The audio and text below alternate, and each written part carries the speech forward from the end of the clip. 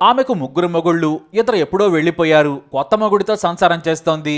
అది మాత్రమే కాదు, ఓ కేసు విషయంలో పరిచయమైన కానిస్టేబుల్తో సరస సల్లాపాలు కొనసాగించింది. అంతటితో ఆగలేదు. ఆ తర్వాత ఓ ఎస్ఐ ఆమె అందానికి పడిపోయాడు. ఇక అందం అంటే సాధారణ గ్లామర్ అనుకోవద్దు, బ్యూటీలకే బ్యూటీ.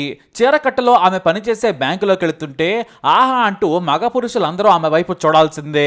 పాపం మరి ఆమె అందమో లేదంటో మరోట కానీ మొత్తానికి దారి తప్పేలా చేసింది. చివరకు అందమైన రమణి కథ విషాదంగా ముగిసింది. కానీ ఆమె జీవితంలో ఎన్నో మలుపులు, మరెన్నో కష్టాలు. విధి ఆమె జీవితంతో ఆడుకుంటే రమణి తప్పిదాలు కూడా చివరకు ఆమె జీవితాన్ని ముగించాయి. మరి రమణ వెనుకున్న ఆ విషాద కథ ఏంటో చూద్దాం.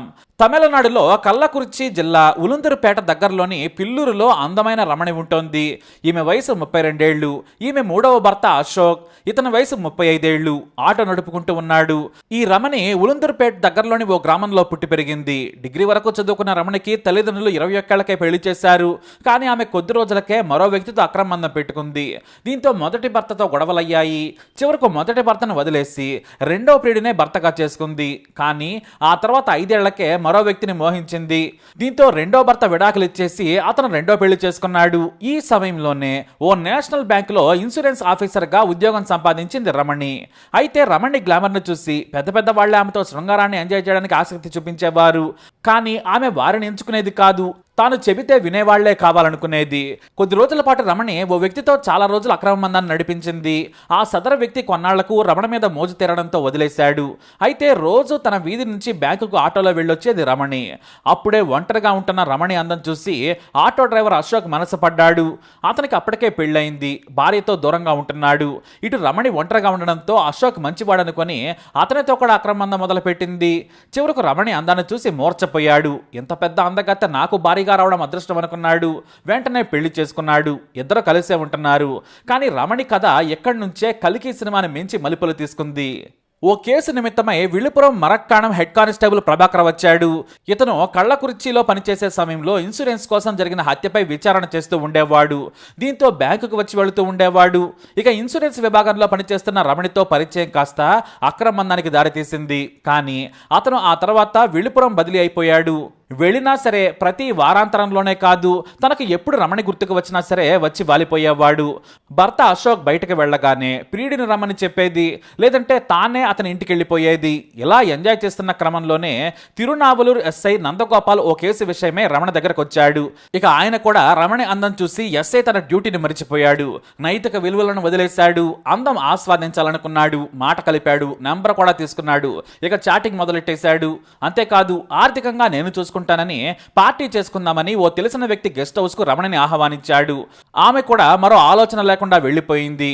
అంతే, ఎస్ఐ నందగోపాల్తో రమణి ఎంజాయ్ చేయడం మొదలుపెట్టింది. డ్యూటీ పేరుతో ఆఫీస్కి వెళ్లేది. కానీ లీవ్ లో కూడా డ్యూటీ అని చెప్పి నందగోపాల్తో ఎంజాయ్ చేసేది. కానీ ఈ సమయంలోనే బ్యాంక్ మేనేజర్తో కూడా అక్రమందం ఉందన్న టాక్ కూడా మొదలైంది.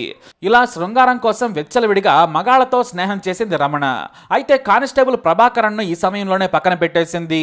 అతనికి అది కాలిపోయింది. కానీ మరో ఎస్ఐతో అక్రమందం పెట్టుకుందని తెలుసుకుని రగిలిపోయాడు.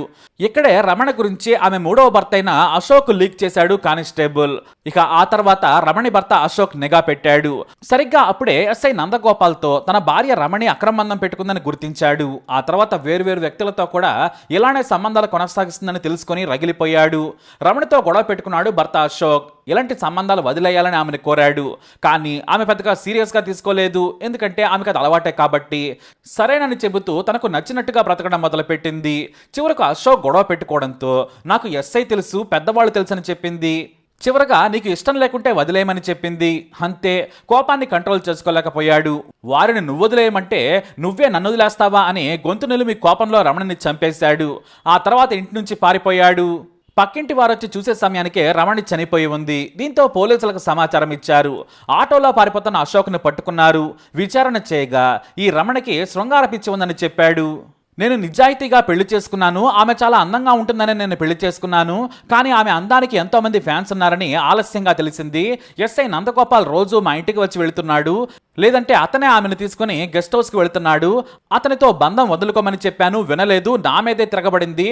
అందుకే కోపంలో చంపేశానని చెప్పాడు అశోక్. ఇక పోలీసులు వెంటనే ఎస్ఐ నందగోపాల్ అక్రమందం కారణంగా హత్య జరిగిందని ఉన్నతాధికారులకు నివేదిక అందించారు.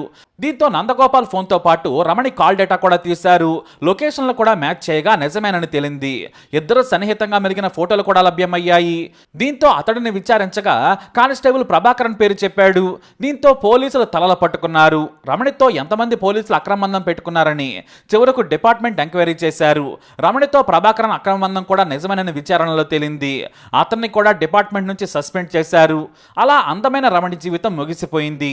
ఆమె దారి తప్పిన శృంగార పిచ్చి అశోక్తో ముగిసేలా చేసింది.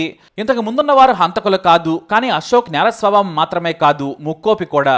దీంతో అతను తన భార్య వేరే వారితో తిరగడం తట్టుకోలేక హత్య చేశాడు.